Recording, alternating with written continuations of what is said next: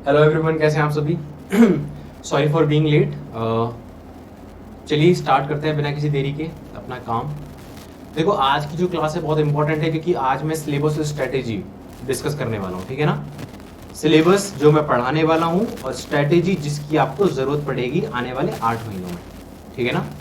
देखो, स्ट्रेटेजी ये है हमारी कि हमारे पास सिर्फ 8 महीने बचे हुए हैं और 8 महीने बचे रहने का मतलब ये है कि हमें इन्हीं 8 महीनों में प्रिपरेशन करनी है और इस तरीके से करनी है कि आईआईटी जैम हमारा सक्सेसफुली हो जाए, आईआईटी भी मिल जाए, हमारा ड्रॉप नहीं होना चाहिए, हमारा टाइम वेस्ट नहीं होना चाहिए। तो उसके लिए देखो कुछ चीज़ें बहुत ज़्यादा इंपॉर्टेंट है। सबसे पहली बात कि जब मैं आपको पढ़ाऊंगा तो आप एक नोटबुक प्रिपेयर करेंगे, ठीक है ना। हर एक टॉपिक के लिए एक नोटबुक प्रिपेयर करना कंपलसरी है, ज़रूरी। मेरी क्लास में कुछ चीज़ें जो कि मैं बहुत पहले ही क्लियर कर देता हूँ। जब हमारी कल से पहली क्लास होगी और क्लास होगी हमारी लाइव, ठीक है ना, तो एक नोटबुक जिसमें सिर्फ और सिर्फ आप क्लास का ही काम करोगे, ठीक है ना। उसी में क्वेश्चन प्रैक्टिस वगैरह करनी है, उसी में सब कुछ करना है जो क्लास में कराया जाएगा। इसके अलावा जो मैं आपको जिसके अलावा मैं आपको जो क्वेश्चन प्रैक्टिस शीट्स दूंगा वो सब आपको अलग, जहां चाहे आप वहां उसका प्रैक्टिस कर सकते हो किसी दूसरी रफ नोटबुक वगैरह में। लेकिन एक नोटबुक अच्छी होनी चाहिए जिसमें आप प्रॉपरली नोट्स प्रिपेयर कर सके, क्योंकि ये नोट्स कुछ वैसे ही नोट्स होने वाले हैं सेम टू सेम जो कि आप किसी कोचिंग में जाके लिखते हो, जो 45,000 50,000 या 20,000 जितना भी चार्ज करते हैं ना। ऑनलाइन क्लासेस होती हैं जो वहाँ पे जो टॉप फैकल्टीज होती हैं, मतलब किसी ऑनलाइन प्लेटफॉर्म पे, और वो बिल्कुल ही cut to cut line by line जो नोट्स लिखाते हैं सेम टू सेम वही प्रोसेस हम फॉलो करेंगे। बिल्कुल भी 1% कॉम्प्रोमाइज नहीं होगा, 1% चेंज नहीं होगा। तो आपको एक नोटबुक बनानी है, सबसे पहली चीज। दूसरी चीज, आपको सिलेबस का पता होना चाहिए, सिलेबस क्या है, कैसे उसको डील करना है। लेकिन उससे पहले भी जो हमारी टाइम बाउंड्स हैं उसके बारे में बहुत अच्छे से आपको पहले बता देते हैं। चलिए, तो हमारे पास है सिर्फ और सिर्फ 8 मंथ्स, ठीक है ना। और सिलेबस आईआईटी जैम का कोई बहुत ज्यादा भी नहीं है। तो इनकी स्ट्रेटेजी हमारी क्या होने वाली है? स्ट्रेटेजी होने वाली हमारी 5+2+1।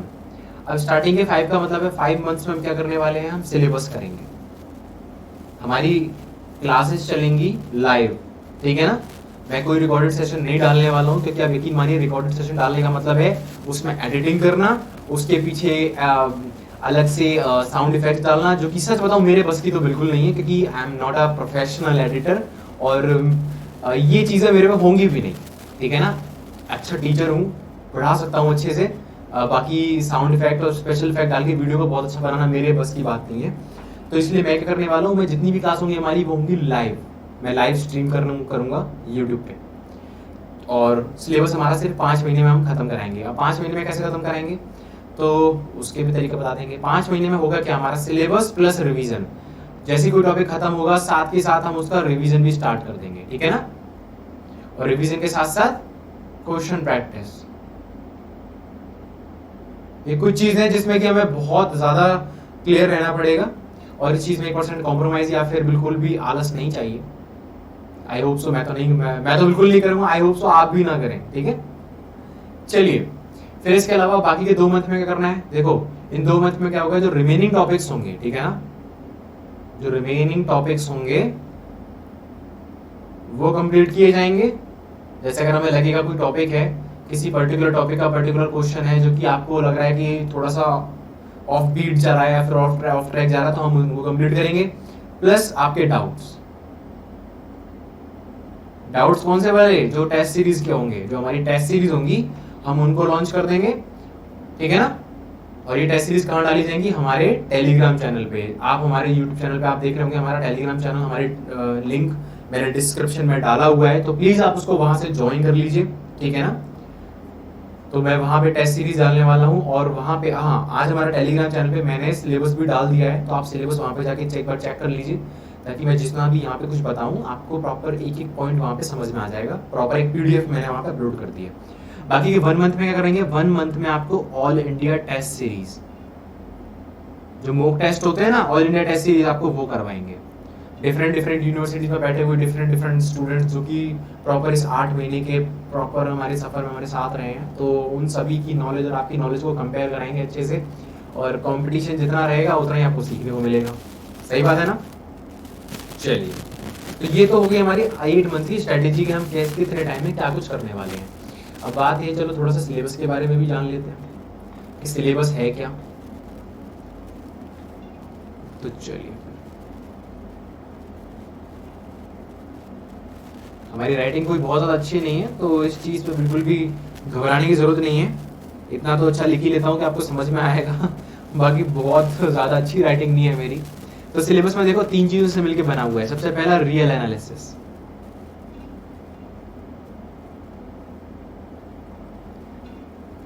Plus algebra, plus calculus. अब देखो मैं अपने अकॉर्डिंग सिलेबस को कैसे देखता हूं, सिर्फ इन 3 पार्ट्स में। कैलकुलस में क्या क्या आएगा? कैलकुलस में आएगा आपका लीनियर,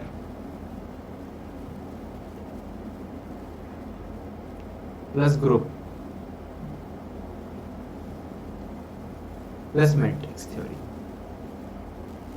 ये तीनों के तीनों टॉपिक जो हैं बहुत प्यारे टॉपिक है। आप यकीन मानिए इनको पढ़ने में जो मजा आता है ना, मुझे पढ़ाने में बहुत मजा आता है, आपको पढ़ने में भी बहुत मजा आएगा, क्योंकि ये अंडरस्टैंडिंग वाले टॉपिक हैं। अगर आपने एक बार लॉजिक अपना डेवलप कर लिया ना, तो आप यकीन मानिए आप मेरे से भी 2 कदम आगे चलोगे कि सर ये ऐसे हो सकता है, ये ऐसे हो सकता है। और यकीन मानिए आपकी इमेजिनेशन पावर जितनी स्ट्रांग होगी ना, सॉरी मैंने गलती से ये अलजेब्रा में लिख दिया, चलिए इनको चेंज कर देते हैं। अब यकीन मानिए आपकी जो इमेजिनेशन पावर होगी वो जितनी स्ट्रांग होगी ना, आपको उतना ज्यादा समझ में आएगा ये अलजेब्रा। कई लोग होते कहते हैं यार मेरे तो प्योर ये क्या कहते हैं रियल एनालिसिस बड़ी ही टफ है, ये वो है। यकीन मानिए अलजेब्रा में ज्यादा दिमाग लगाना पड़ता है, क्योंकि अलजेब्रा में क्या लॉजिकल ब्रेन चलता है बिल्कुल। अगर आपके लॉजिक्स अच्छे हैं तो आप अच्छे से इसमें सर्वाइव कर जाओगे, वरना फिर दिक्कत आएगी, और दिक्कत आएगी तो उसके लिए हम बैठे ही हैं। फिर आते हैं कैलकुलस पे। तो देखो कैलकुलस में क्या है, सबसे पहले आता है 1 वेरिएबल, ठीक है ना। देखो 1 वेरिएबल, फिर 2 and 3 वेरिएबल एंड सेवरल, और इसके अलावा इंटीग्रल कैलकुलस।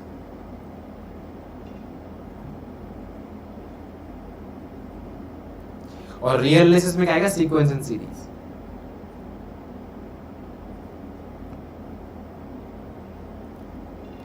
और कुछ रह गया इसमें, और एक टॉपिक आता है डिफरेंशियल इक्वेशन,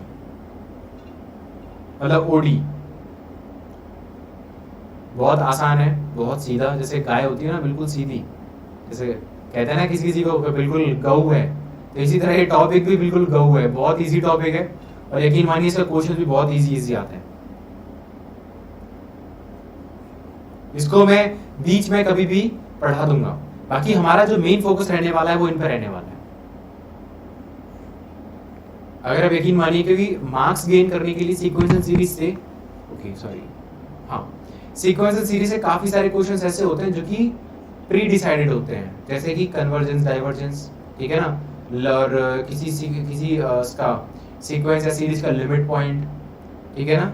और एक और है हाँ पावर सीरीज, नहीं हाँ, फिर आते हैं टायलर थ्योरम पे। तो टायलर सीरीज में, टायलर थ्योरम से आता है क्वेश्चन टायलर सीरीज पे। तो टायलर सीरीज पे क्या होता है, वहां से पूछा जाता है किसी भी टायलर सीरीज के एक्स की रैंडम पावर का कोफिशिएंट।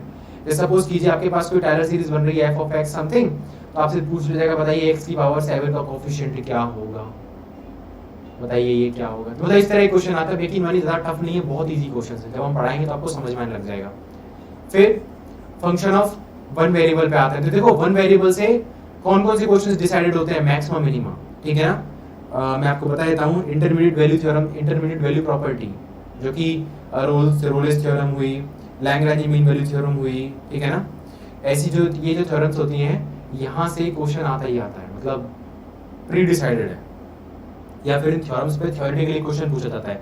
फिर एक क्वेश्चन आएगा आपका टायलर थ्योरम का, मैंने बता दिया, और सॉरी टायलर सीरीज का। फिर आता है क्वेश्चन मैक्सिमम मिनिमा का। मैक्सिमम मिनिमा का फिक्स है, क्वेश्चन आना ही आना। आपसे कोई क्वेश्चन दे दिया होगा, मैक्सिमम मिनिमम आपसे पूछ लिया जाएगा, ठीक है।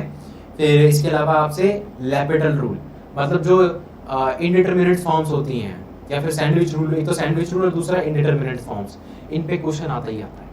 कहीं ना कहीं किसी न किसी तरीके से किसी न किसी क्वेश्चन में ये आपसे पूछ लिया जाएगा, और अगर आपसे पूछा जाएगा तो आपको उसकी नॉलेज होनी चाहिए।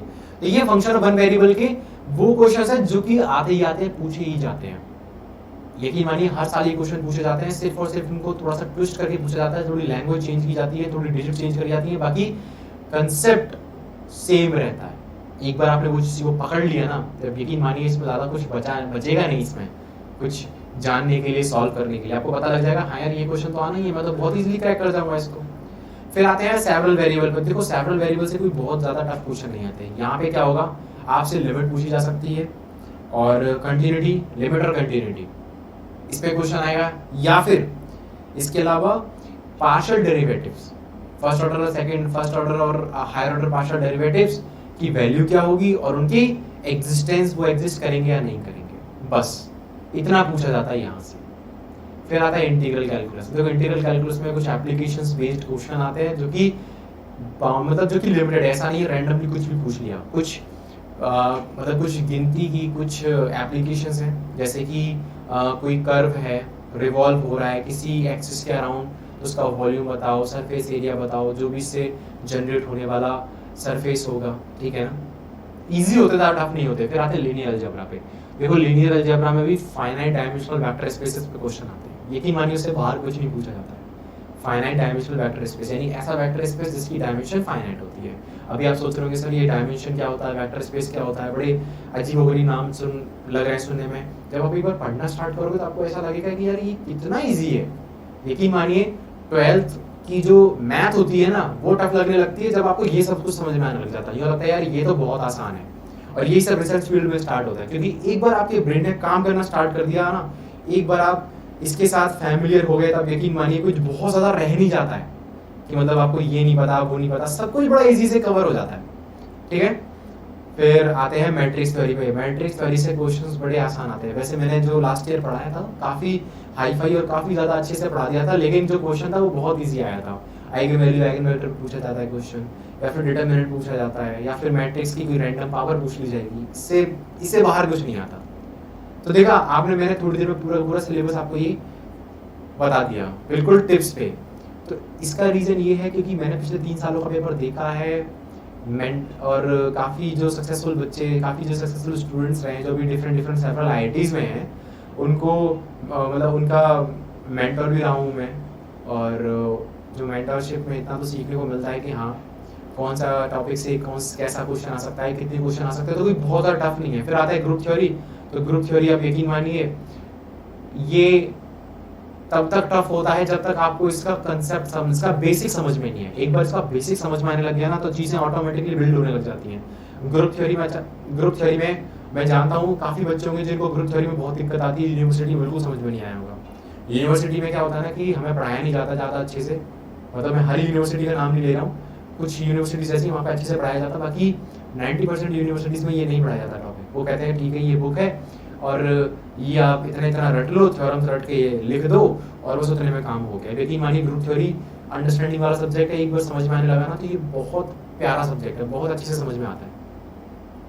और इसमें जो मैं वही कह रहा हूँ, अलजेब्रा की 3 टॉपिक्स है ना, इसमें आपकी विजुअलाइजेशन, आप विजुअलाइज कितना कर पा रहे हो। जैसे मैट्रिक्स थ्योरी है, अब मैट्रिक्स क्वेश्चन है 3x3 की मैट्रिक्स दे दी और मुझे बोल दिया गया कि भाई इसका डिटरमिनेंट इतना है, आगे वैल्यूज इतनी है, तो वो मेरे को एकदम इमेजिनेशन में दिखने लग जाती है वो चीज़ें। वो सेम चीज़ें आपके साथ होने लग जाएंगी, बस एक बार अच्छे से क्वेश्चन प्रैक्टिस और कंसेप्ट समझने वाला काम कर लोगे ना। अब यही मान लिए आपको दिखने लग जाएगा हाँ यार 3 आइगन वैल्यूज होंगी, उनका डिटरमिनेंट ये है और इसका ट्रेस ये आ रहा है, अच्छा ये सम है, तो अब फिर थोड़ी सी मैथमेटिक्स लगानी है और बहुत अच्छे से समझ में आ जाता है।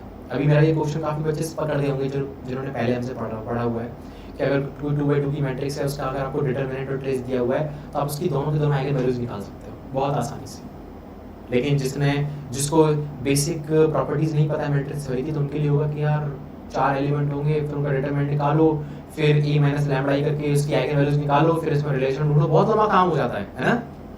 लेकिन अगर हमको प्रॉपर्टी ये पता है कि यार 2 आइगन वैल्यूज का सम होता है वो ट्रेस होता है और उनका जो प्रोडक्ट होता है वो डिटरमिनेंट होता है, लुक हो गया काम खत्म। खैर चलिए आगे बढ़ते हैं हम। फिर इसके अलावा और कुछ तो बचा नहीं है इसमें। लीजिए सिलेबस भी खत्म हो गया। और फिर ओडी का सिलेबस भी मतलब ज़्यादा टफ नहीं है। कुछ टॉपिक्स ऐसे हैं जहाँ से क्वेश्चन आता ही आता है, जैसे कि एग्जैक्ट डिफरेंशियल इक्वेशन। कोई इक्वेशन एग्जैक्ट डिफरेंशियल इक्वेशन है या नहीं, वो कैसे बनेगी। इसमें सबसे फेवरेट टॉपिक है ना वो है एग्जैक्ट डिफरेंशियल इक्वेशन। और किसी पे क्वेश्चन आए ना आए, इस पे जरूर आता है, समझ रहे हो? इससे रिलेटेड क्वेश्चन एक जरूर आएगा, ये फिक्स है। बाकी देखो और भी सही, और एक ऑर्थोगोनल ट्राजेक्टरी,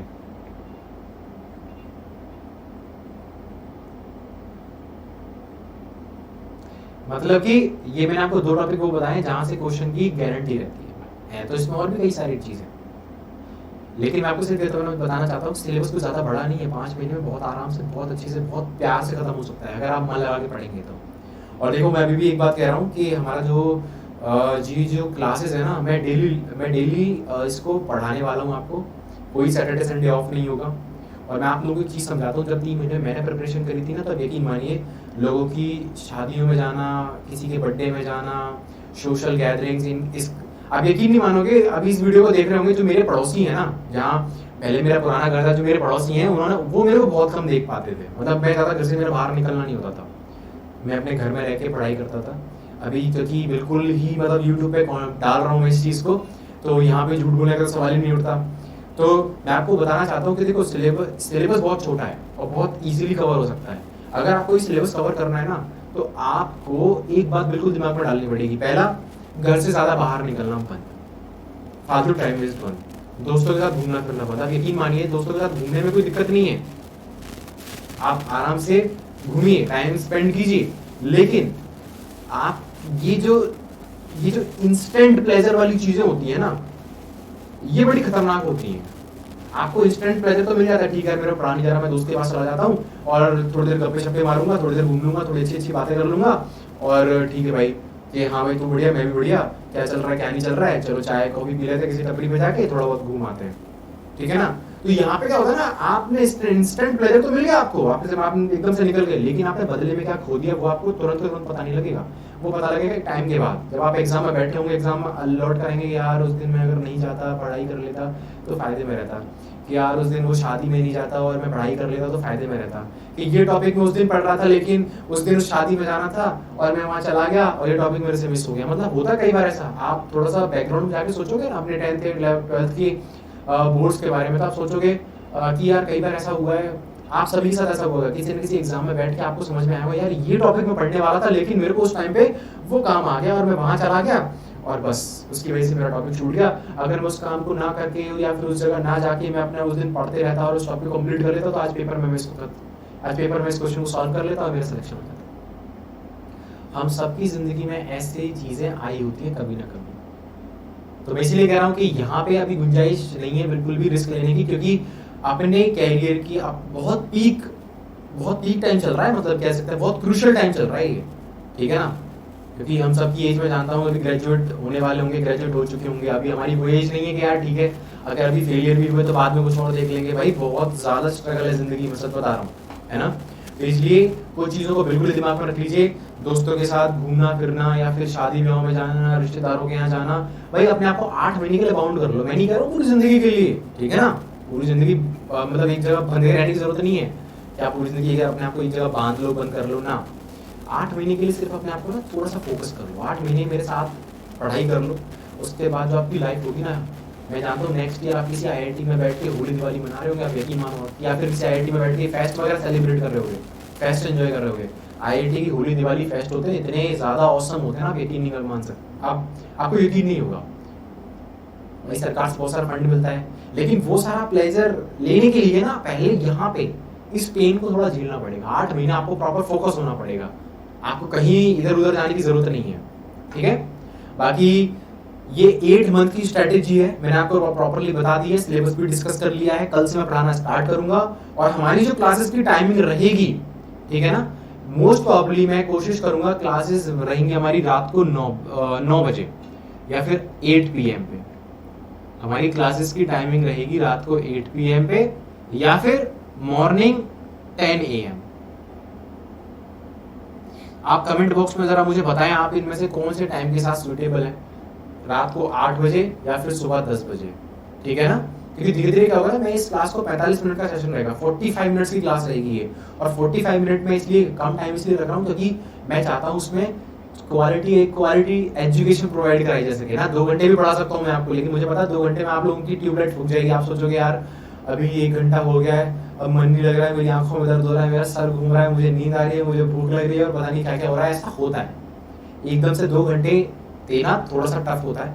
तो स्टार्टिंग में हम 45 मिनट के सेशन से आदत डालेंगे, ठीक है ना, 45 मिनट के सेशन से आदत डालेंगे, ताकि जो बच्चे नए हैं उनको थोड़ा टाइम मिले फ्लो में आने में, ठीक है ना।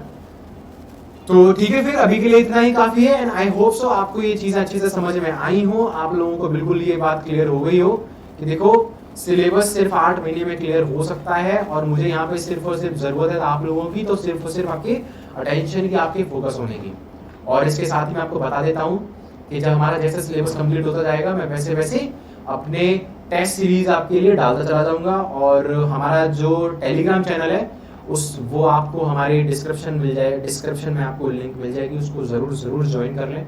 सिलेबस जो ऑफिशियली जैम की तरफ से, ठीक है ना, जैम की आईटी जैम की तरफ से जो ऑफिशियल जो सिलेबस है वो मैंने अपने टेलीग्राम चैनल पे अभी अपलोड कर दिया है, तो वहां से आप उस पीडीएफ को डाउनलोड कर सकते हैं। आपको समझ में आएगा कि उसमें कुछ भी एक्स्ट्रा ऐसा नहीं है जो आपको नहीं बताया गया, सिर्फ और सिर्फ देखने का, समझने का, पॉइंट ऑफ व्यू का, मतलब सिर्फ इतना ही चेंजेस है, ठीक है ना, देखने का नजरिया अलग अलग है सभी का।